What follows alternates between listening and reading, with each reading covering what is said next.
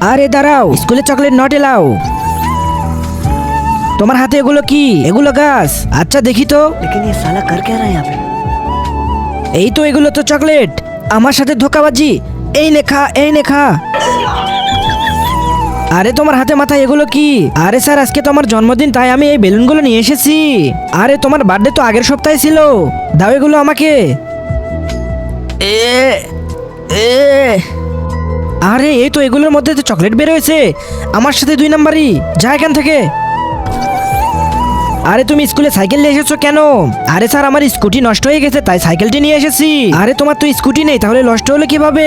এদিকে দাও। नहीं सारुण के यहाँ कुछ तो गड़बड़ है।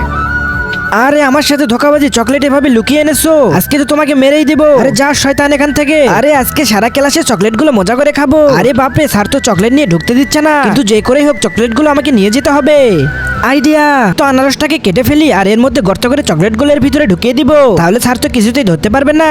আরে এটা কি নিয়ে এসেছো? আরে স্যার, এটা তো আনারস। গরমের দিনে আনারস খেলে পেটে অনেক ঠান্ডা থাকে, তাই আমার মাম্মি আমাকে দিয়েছে। আচ্ছা ঠিক আছে, চলে যাও।